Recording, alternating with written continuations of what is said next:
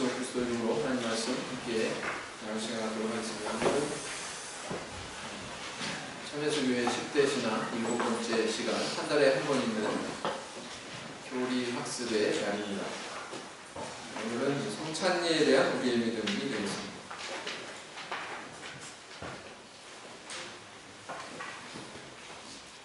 다 같이 한 목소리로 읽어보실까요? 시작! 성찬리는 주의 죽으심을 기념하며 주의 사랑과 피에 동참하여 주와 연합하고 영생을 받으며 마지막 날에 부활하는 성례임을 믿는다. 이 성례는 필요할 때마다 거행하며 반드시 한 개의 의로운 뜻과 의도적으로 거행한다. 이것이 참여수교의 기본신앙 7번째 내용이 되겠습니다. 우리 참여수교회의 3대 성례가 있다는 말씀을 드렸죠. 세종리에 대해서 우리 학습할 때도 역시 이 부분이 나왔는데, 그 3대 성례가 뭐였습니까? 세례, 그 다음에 성찬례, 마지막으로 세종례, 세 가지를 뽑을 수 있다. 이 성례는 교리적인 내용이죠. 교리, 그러면은 우리 성도님들은 되게 딱딱하게 생각하시고, 역시 다른 교회 사람들이나 세상 사람들도 마찬가지로 교리, 그러면 굉장히 딱딱한 것으로 이렇게 여기죠. 그러나 중요하다. 그러나 매우 중요한 영역이다 라는 것을 알 수가 있습니다. 그래서 이 세 개의 성례를 우리가 반드시 해야 되는 이유가 뭐예요? 이유가 무엇입니까?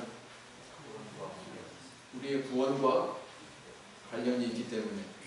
만약에 구원과 관련이 없다면 이거 할 필요가 있습니까? 없습니까?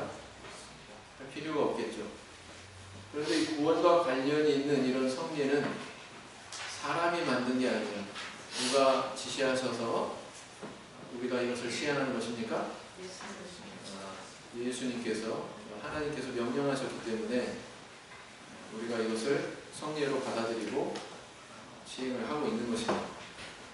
그래서 교리는 우리의 구원과 굉장히 중요하다. 그 교리가 구체화된 것이, 우리에게 와닿도록 구체화된 것이 성례다, 이렇게 볼 수 있는데, 이 교리에 커다란 전제가 있습니다. 반드시 하나님께로부터 와야 되고, 그 다음 하나님께서 우리에게 명령하신 대로 구체화된 것이어야 된다. 우리 노아 방주 사건을 아시죠? 창세기 6장을 펴보겠습니다.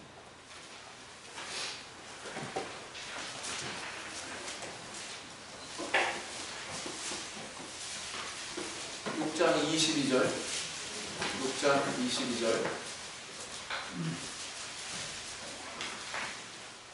한 목소리로 읽겠습니다. 시작.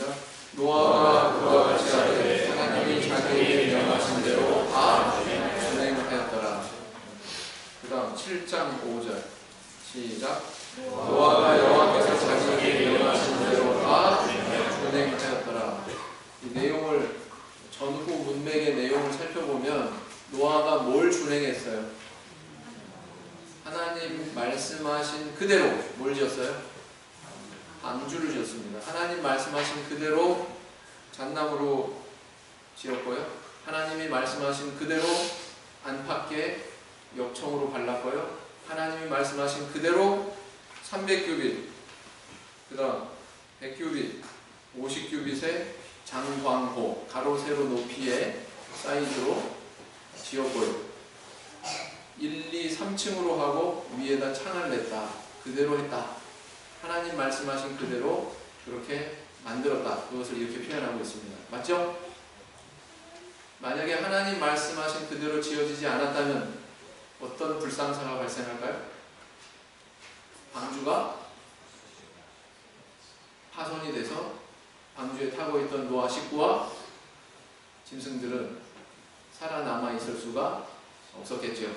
사실은 그들이 구원받는 것과 직결된 것이 노아가 순종하느냐 안 하느냐, 준행하느냐 안 하느냐, 이 여부와 관련이 되어 있다라는 것입니다. 또 한 군데 출애굽기를 찾겠습니다. 출애굽기 30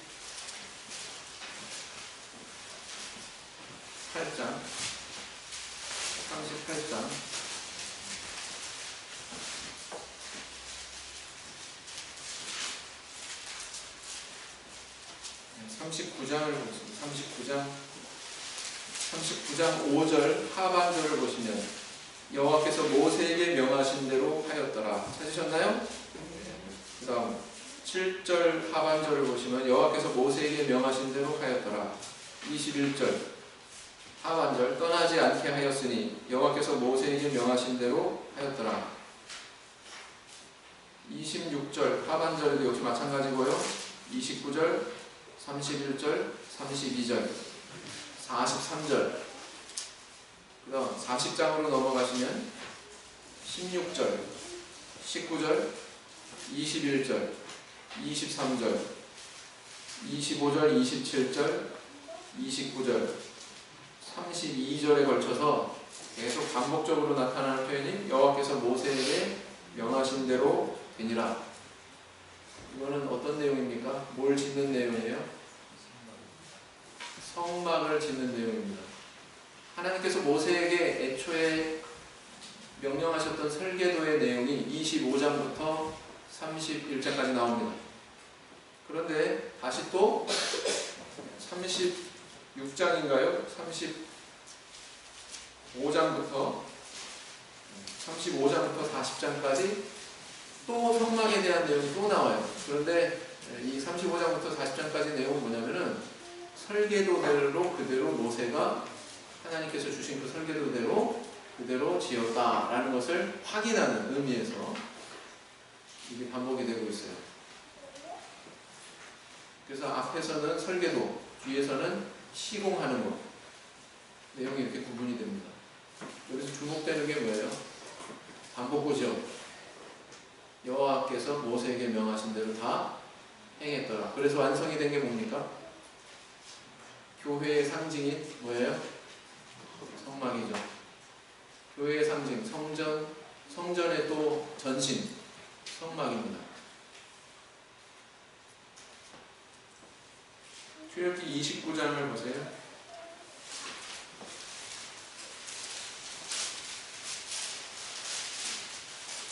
출애굽기 29장을 보시면 1절 너는 그들에게 나를 섬길 제사장 직분을 위임하여 그들로 거룩하게 할 일이 이러하니 곧 젊은 수소 하나와 흠 없는 수양 둘을 취하고 그랬어요. 누구를 지금 제사장 위임하려고 하는 겁니까? 아론과 그 아들들, 그죠? 하나님께서 이렇게 해서 송아지를 취해가지고 이렇게 제사 지내가지고 제사장을 잘 세워라, 옷도 이렇게 만들어서 입혀가지고 제사장 잘 세워라, 이렇게 말씀하신 내용이 출애굽기 29장에 있습니다. 이건 하나님께서 명하신 거고요, 명령하신, 비유하자면 설계도고요. 시행을 언제 합니까? 시행을 레위기 8장을 보세요. 레위기 8장을 보시겠습니다.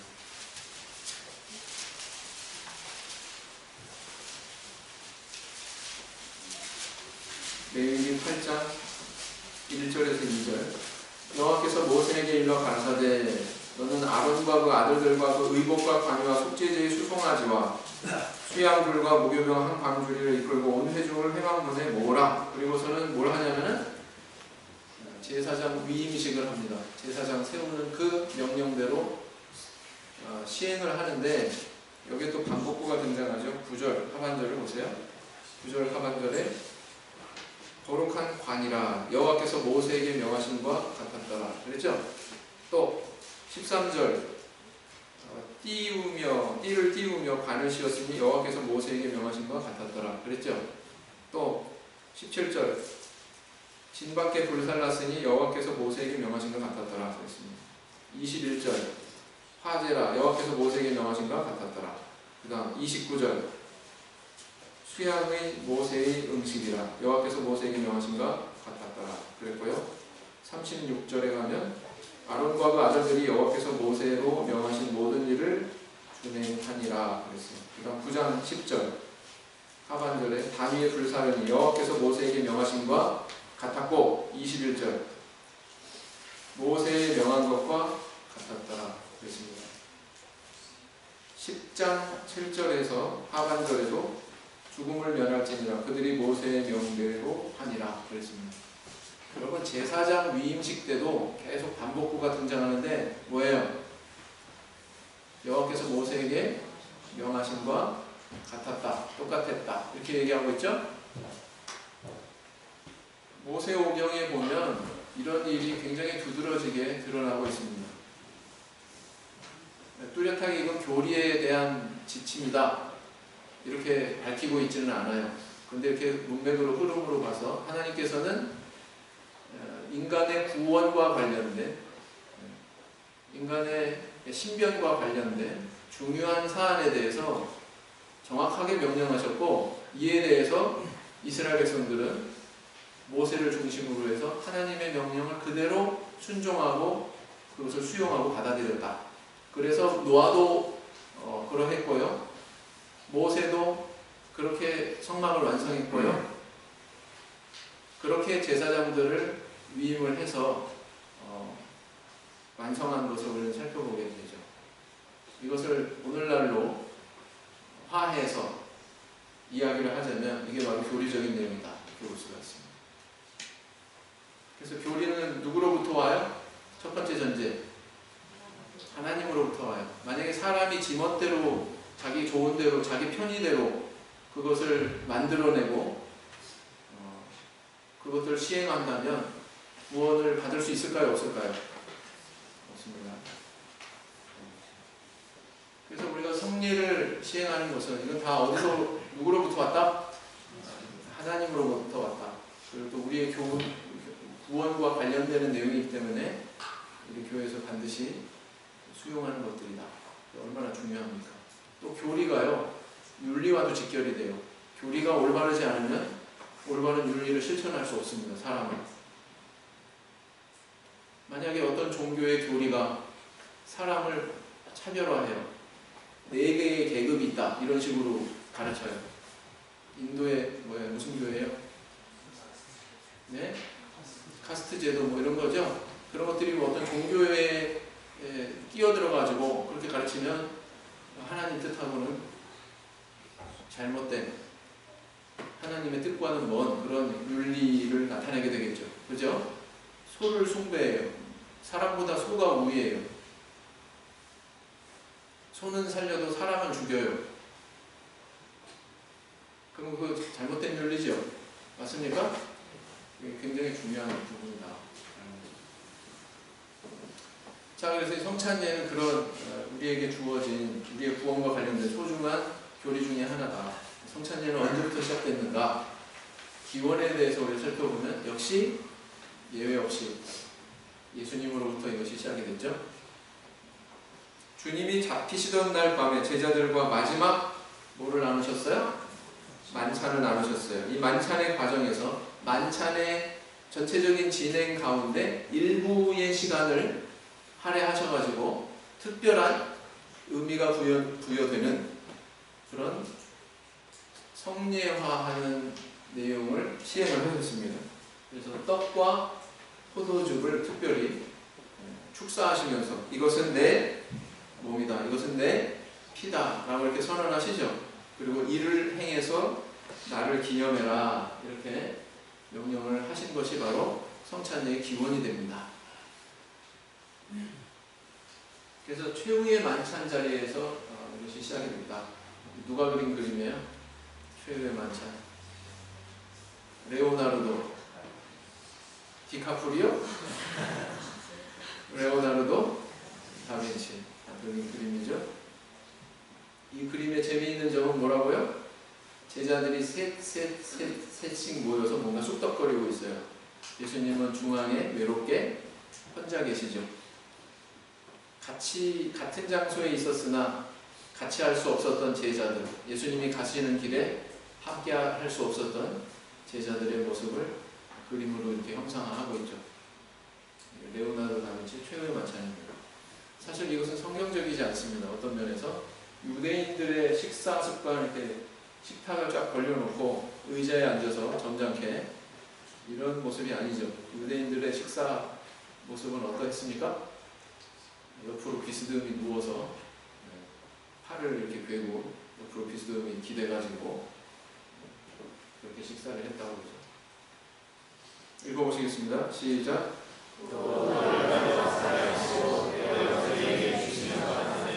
이것은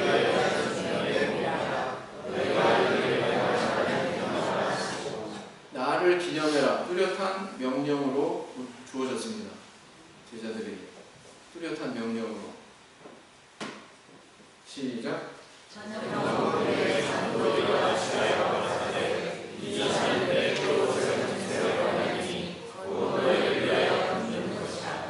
그래서 예수님의 이와 같은 명령에 의해서 성찬제가 시작이 됐다. 세례도 마찬가지였죠? 그죠? 세종예도 어디에 기원이 있어요? 누가 세우셨어요? 예수님이 세우셨어요. 성찬예도 역시 마찬가지다. 근데 이런 의문을 품어볼 수가 있어요. 이거는 분명히 예수님께서 제자들하고 마지막 최후의 만찬 자리에서 있었던 대화와 과정이었는데, 그럼 예수님과 제자들에게만 의미가 있지 오늘날 우리들에게 이것이 무슨 의미가 있을까? 라고 하는 의문을 품어볼 수 있다는 거죠. 그렇죠? 바울은 예수님의 직계제자가 아닙니다. 따라서 최후의 만찬 자리에 있었어요? 없었어요? 없었습니다. 그러나 바울은 고린도전서를 보면 거기서 명확하게 이 성찬 예식이 수립이 됐던 그 날에 그 만찬에서의 대화의 내용을 알고 있었어요. 고린도전서에 그게 나와 있습니다. 그러면서 너희들 이거 알지? 예수님이 잡히시던 날 밤에 제자들하고 이렇게 성찬예에 대해서 이렇게 대화한 거 알지? 그러면서 고린도전서에 바울 사도가 고린도 교회 성도들에게 이야기하는 걸로 봐서 고린도 교회 성도들은 성찬예에 대해서 알고 있었다, 모르고 있었다? 바울 자신도 명확하게 알고 있었다. 고린도 교회 성도들도 명확하게 알고 있었다. 그에게는 하나의 성례로, 예전으로 이것을 교회가 수납하고 있었다는 것을 의미합니다. 다시 말하면 예수님과 제자들 사이에서만 끝난 게 아니라 나중에 이것이 전승이 돼서 교회들이, 고린도 교회뿐만 아니라 다른 교회들도 마찬가지고 교회들이 이것을 하나의 성례로 수납했다라는 것을 알 수가 있죠. 그래서 오늘날 우리에게도 이것이 전수가 된 것입니다. 중요한 사실, 바울 사도는 예수님 직계 제자가 아님에도 불구하고 그 마지막 밤에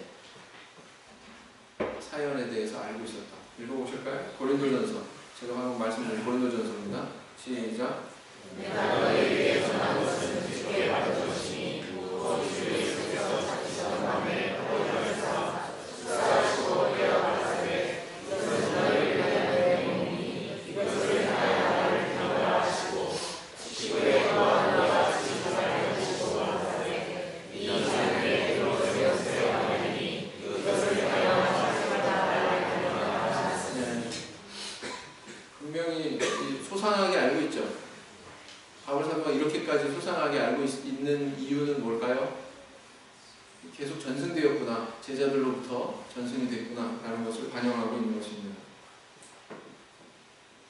사실은 이 성찬예라고 하는 것은 예수님이 설립하셨지만 이미 오래전에 구약성경 안에서 예표적으로 그림자가 되는 상징들을 우리는 발견할 수가 있습니다. 그것은 뭐냐? 출애굽 시대 애굽에 내려진 열재앙으로 인해서 생긴 절기가 있죠. 그 절기가 무엇입니까? 10번째 재앙에 의해서 6월절 절기가 시작이 됐습니다. 그런데 이 절기 때는 어떤 의식을 행하냐면 양을 잡습니다. 양을 잡아서 우슬초 묶음에다가 그 피를 찍어가지고 문설주와 인방에 바르지요. 그리고는 그 고기를 어떻게 합니까? 같이 함께 구워 먹습니다. 먹어요. 여러분, 먹는 데는 상당히 그 성경 안에서 좀 특별한 의미가 있죠. 시내산에서 70장로들하고 하나님하고 어떻게 했다고요? 하나님 앞에서 70장로들이 어떻게 했다고요? 화해가 이루어진 다음에, 하나님과의 화목의 관계가 이루어진 다음에 먹고 마셨더라. 그랬죠. 먹고 마셨더라. 제사 가운데에서 화목제가 있는데 그 화목제는 뭐예요? 하나님 앞에서 제사장과 제사 드리는 백성과 제물의 일부의 고기를 같이 먹죠. 그래서 여기에는 교제의 의미가 있고 뿐만 아니라 화평의 의미가 있고 하나가 된다는 의미가 있습니다. 먹는 행위가 그래요. 사도행전 10장에 가면 이방인 고넬료에게 베드로 사도가 전도하는 내용이 나오는데, 그러기 전에 하나님께서 베드로에게 보여줬던 환상이 있습니다. 그 환상이 뭐냐면 하늘에서 뭐가 내려옵니까? 부정한 고기, 유대인들이 꺼리는 금지된 품목의 그런 고기들이 쭉 내려옵니다. 하나님께서 잡아먹어라. 내가 이거를 먹어본 적도 없고 그럴 수 없습니다. 여태까지 지켜왔는데 그럴 수 없습니다. 라고 거절하죠. 그런데 그 사건이 있은 이후에 이방인인 고넬료 집에 가서 그와 접촉하고 그와 교제하게 되는 그런 사건이 일어납니다. 그래서 먹는다는 의미는 뭐냐? 잡아먹어라. 이 명령이 내려진 것은 뭘 의미하느냐? 그들과 교제해라. 하나가 되라. 이걸 의미하는 겁니다. 그래서 이 먹는다라고 하는 행위는 그런 의미가 있다. 성경 안에서 그런 관념이 있다라는 것을 우리 알아야 되고요. 자, 하나님께서는 이 10번째 재앙으로 인해서 6월절을 지켜라 이렇게 명령을 하십니다. 명령하셨어요. 이 6월절 절기는 뭐에 대한 예표다? 이것이 성찬리에 대한 예표다라는 것입니다.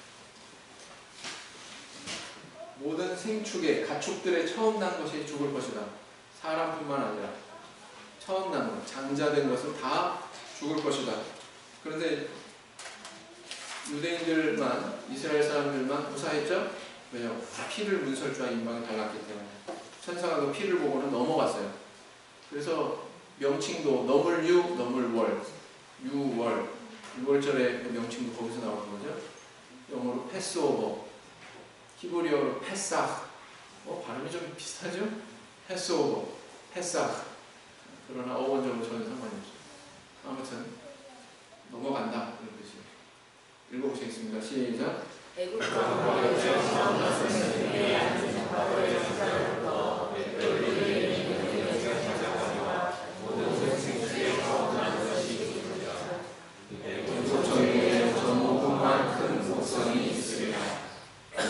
유대인들은 무사할 수 있었다. 하나님의 명령대로 행했기 때문에. 시작.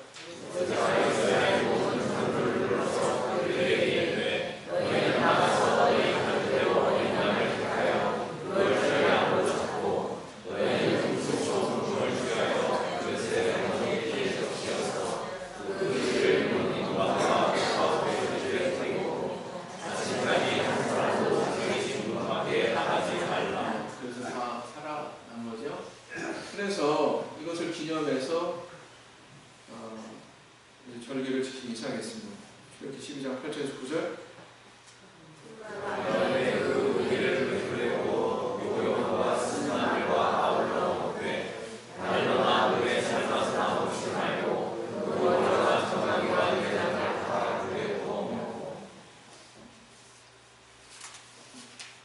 지금 현재도 이스라엘에 가면 이 사람들이 6월절 절기를 지킵니다.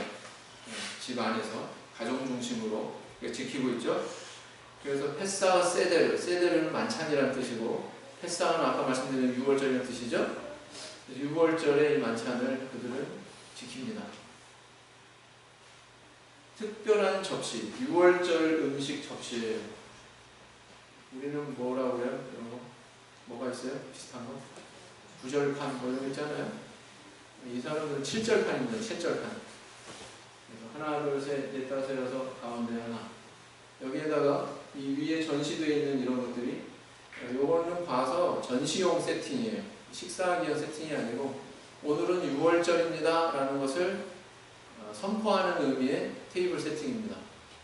그래서 뭐 교회 같은 데 이렇게 가기 전에 아니면 호텔 같은 데 식당에 지나가기 전에 보면은 이런 식으로 세팅을 해놓고는 6월절임을 알리죠. 그래서 이게 양의 뼈, 삶은 달걀, 소금물, 쓴나물, 양파, 맛자, 맛자는 무교병, 볶은 곡식 뭐 이런 것들이 있습니다. 성경책도 물론 있죠. 맛자는 뭐냐? 우리 참프레카 같이 생겼는데 참프레카는 아니고 무교병으로 만든 현대화된 그런 과자다 이렇게 생각하시면 됩니다. 먹습니다.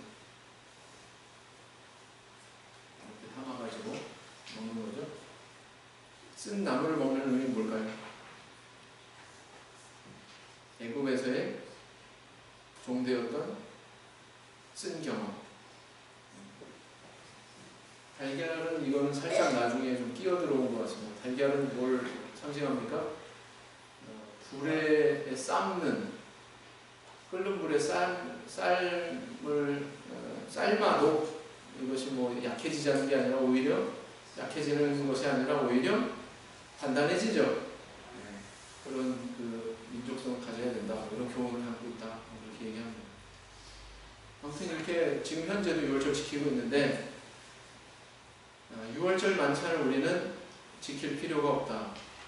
6월절이라고 하는 절기도 지킬 필요가 없다. 왜? 그것이 신약시대에 와서 뭘로 구체화되었기 때문에 성찬례로 구체화되었기 때문에. 그런데 최근에 이렇게 6월절을 지켜야 된다고 주장하는 이단이 있죠. 굉장히 많이 퍼졌는데 많이 지금 전도가 많이 되고 있는 그런 교단인데 들어보셨나요?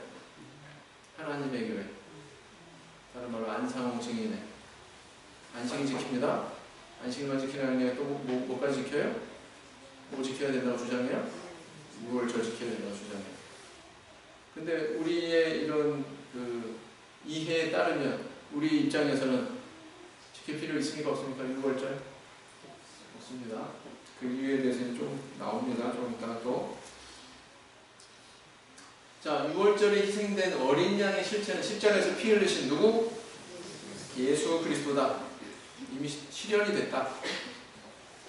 그 다음 육적 이스라엘 백성이 출애굽 사건의 그 실체는 오늘날에 와서 영적인 이스라엘인의 뭐랑 견줄 수 있어요? 거듭남. 그죠?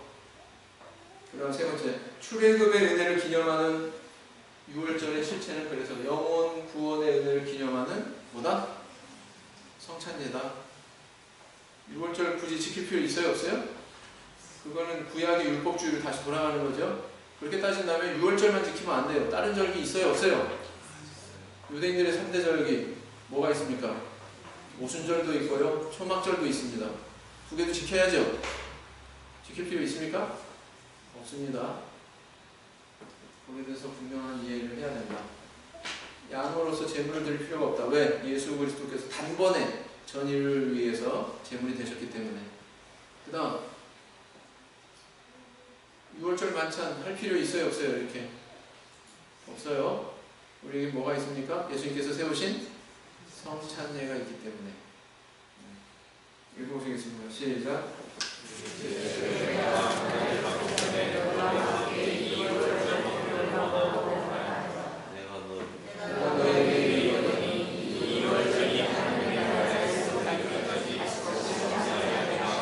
특이한 점이 뭡니까? 6월절 만찬이 아니라 여기 뭐라고 그랬어요? 6월절 그랬어요. 그죠? 6월절. 좀 의미가 6월절이 이 성찬예로 대치되는데 상당히 이해를 깊이 할 수 있는 그런 표현이 아니냐 그렇게 생각을 해보게 됩니다. 성찬예에는 개인적인 의미가 있죠. 첫째는 예수 그리스도께서 내 죄를 위해서 대신 죽으신 것을 기념하는 것이다. 그 다음 두 번째는 예수 그리스도의 몸과 피에 연합해서 나도 희생의 삶에 주님과 같이 동참하겠습니다. 이런 의미가 있다. 그 다음 세 번째, 예수 그리스도께서 부활하신 것처럼 나도 장차 부활한다고 하는 그런 약속을 소망하는 의미가 있죠. 읽어보시겠습니다. 시작.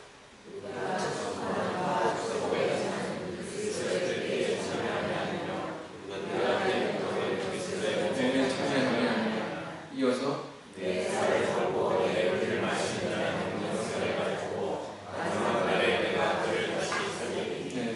피를 먹고 내 살을 먹고 내 피를 마시면 살리실 것이다. 이렇게 말씀하고 있는 거죠. 부활에 대한 소망을 갖고 있다. 그 다음 공동체적인 의미가 있습니다. 우리 한 사람 한 사람을 겨냥한 그런 의미도 있지만 우리 한 사람 한 사람이 연합한 우리 교회 공동체에는 어떤 의미가 있어요? 우리가 다 한 몸과 피에 참여하는, 그래서 한 지체가 되는 그런 의미가 있죠.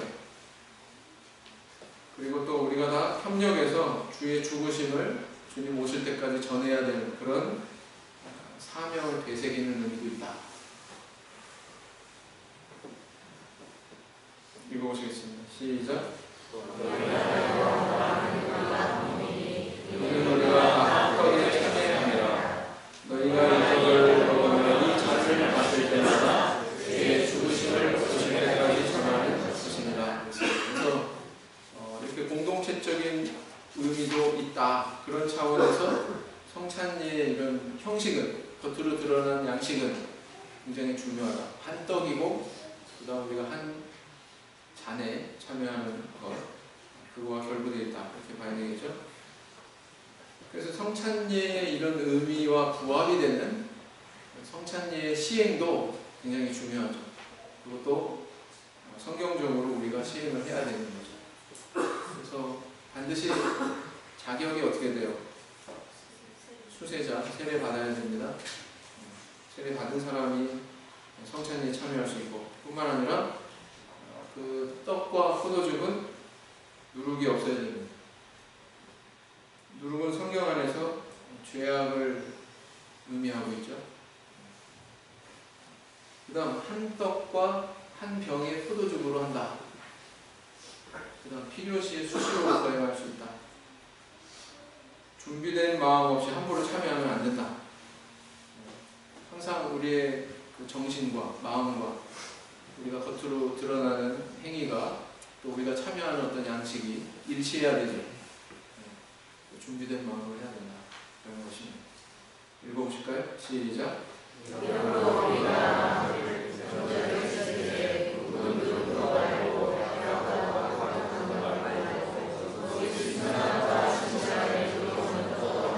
여기서 누룩은 실제 누룩을 말할까요? 아니면 죄악을 상징적으로 표현한 걸까요? 죄악을 상징적으로 표현한 거죠? 그죠? 네, 그렇습니다. 그래서 누룩 없는 것으로 한다. 실질적으로 이 재료를 준비할 때도 그와 같은 것으로 한다. 그 다음 시작.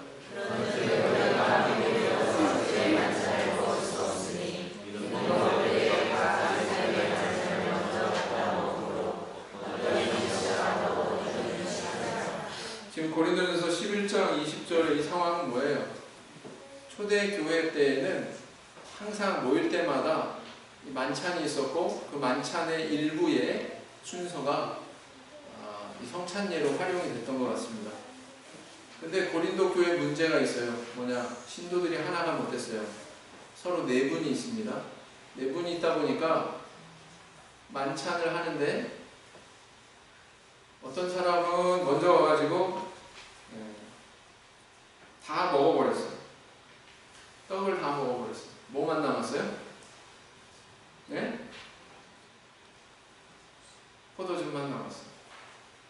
그러니까 나중에 온 사람은 뭐만 먹어요? 포도즙만 마셔요.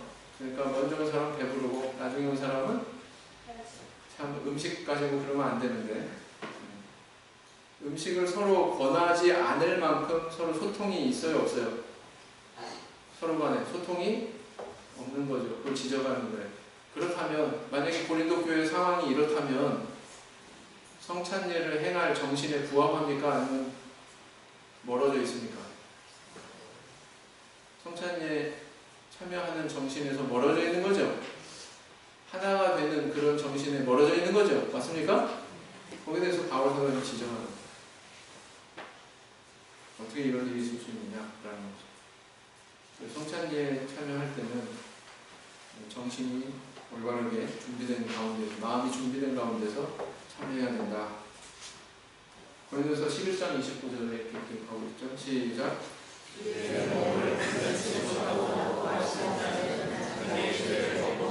자기의 죄를 먹고 마시는 것이다. 굉장히 섬뜩한 표현이죠. 그래서 이런 성찬예는 사실은 그 예수 그리스도를 고백하는 모든 그 기독교계의 종교에서는 다 그것을 수용하고 있어요. 단 거기에 대한 해석과 시행은 차이가 있죠. 대표적으로 여러 뭐 동방정교회도 있고 뭐 천주교회도 또 따로 뭐 이야기하고 있고 뭐 뭐죠? 성공회 뭐 이런 데도 다 여기에 대해서 따로 교리적인 내용을 규명하고 있지만 그런 건 다 이제 차치하고 간단하게 이제 크게 3분해 가지고 세 교단에 대해서만 얘기해 볼 것 같으면 천주교에서는 뭐라고 이야기하면 화채설이라고 합니다. 화채설이라고 하는 주장은 뭐냐?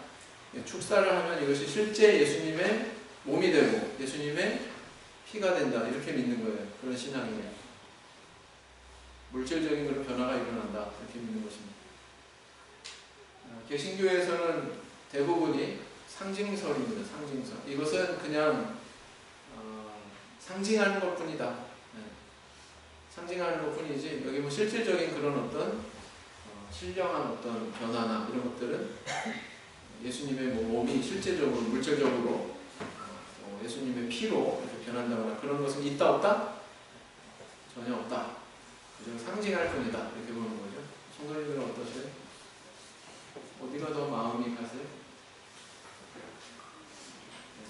침묵하면 중간을 갑니다. 참예수교회는 뭐라고 그러냐? 참예수교회 성찬예관은 영화설입니다. 영화설. 자, 우리 교회가 다른 교회랑 차별화되는 뚜렷한 차이점이 무엇입니까? 우리 성도들 개인 한 분 한 분이 다른 분들하고 차이가 뭐가 있어요? 우리에게 뭐가 있습니까? 우리 안에 성령이 계시죠. 그래서 우리가 세례 주는 것도 만약에 똑같이 침례라고 하는 형식을 도입한다 할지라도 성령이 안 계시면 그 세례는 유효합니까? 무효합니까? 무효합니다. 성령이 있으셔야 돼요. 예수님께서 제자들한테 숨을 내쉬며 가르치는데 성령을 받으라. 너희들이 네 죄든지 사하면 사해질 것이요 그대로 두면 그대로 있으리라. 왜 그 세례의 사제권에 대해서 언급하시면서 그 앞서서 성령에 대해서 이야기하고 있냔 말이에요. 성령이 있어야 된다는 걸 의미합니다. 역시 마찬가지. 성찬예도 마찬가지. 축사기도 하면 우리 성령 받은 사람으로서 축사하고 또 참여하시는 거잖아요. 그죠? 그래서 우리는 어떤 그 교리적인 이해를 가지고 있느냐? 축사를 통해서 이것이 영화된다. 영화된다. 실질적인 예수의 몸, 실질적인 예수의 피, 물질적인 몸과 피가 아니라 영화된다. 이렇게 보는 것입니다. 성령의 역사. 이건 어디 교단의 모습이에요? 천주교. 천주교는 이렇게 거양이라고 그래요. 떡 모양이 어떻게 생겼어요? 떡 모양이 어떻게 생겼어요? 뭐 우리도 둥그스럽지만 이 사람들 아주 심이 동그랗죠. 거양이라고 하는 거예요. 이렇게 떡을 거양이라고. 들거, 볕양. 왜 볕양자를 쓸까요? 천주교 안에는 태양신 숭배 사상이 들어와 있습니다. 그걸 반영하는 모습이기도 합니다. 자기도 이렇게 하죠? 개신교회에서 나를 기념하라. 참 좋은 말씀이고 확실한 말씀입니다. 이쪽에 맛있어 보이죠? 저도 먹어봤습니다. 장로교회들 때 미리 다 카스테라를 잘라놔요. 제과점에서 주문하고 미리 다 잘라놓습니다. 이거는 기독교 백화점 이런 데 가면 판매하는 그런 잔이죠. 굉장히 작습니다. 그러니까 상징할 뿐이라고 여기니까 어때요? 형식도 아무렇게나 따라가게 돼 있죠. 그래서 많이 보던 사람은 인천교회고요. 우리는 그 성경의 정신에 부합되게 사도교회에서 이야기했던 그런 형식과 부합이 되게 누룩 없는 떡, 누룩 없는 포도즙으로 시행하고 있습니다. 다 같이 읽어보시겠습니다. 시작.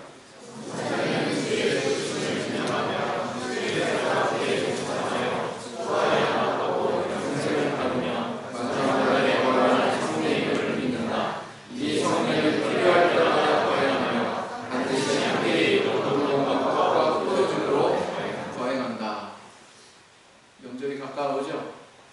네? 명절이 가까운 이 마당에 하나님께서 우리 성도님들에게 주시는 말씀이 있습니다. 고린도전서 9장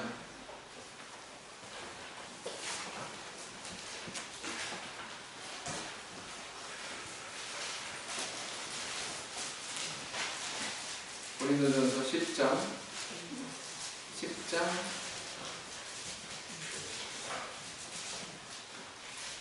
20절, 21절 같이 읽겠습니다. 20절, 21절 같이 읽겠습니다. 시작. 대저 너희가 내게 제사하는 것은 귀신에 대한 것이요 하나님께 제사하는 것이 아니니 나는 너희가 귀신과 교제하는 자 너희를 원치 아니하노라. 너희가 주의 잔과 귀신의 잔을 겸하여 마시지 못하고 주의 잔과 귀신의 잔에 겸하여 참여치 못하리라. 명절에 많은 분들에게 신앙으로 돌아오게 권면하는 귀한 기회로 삼으시는 성도님 되시기를 응원합니다. 우상 기도하시겠습니다.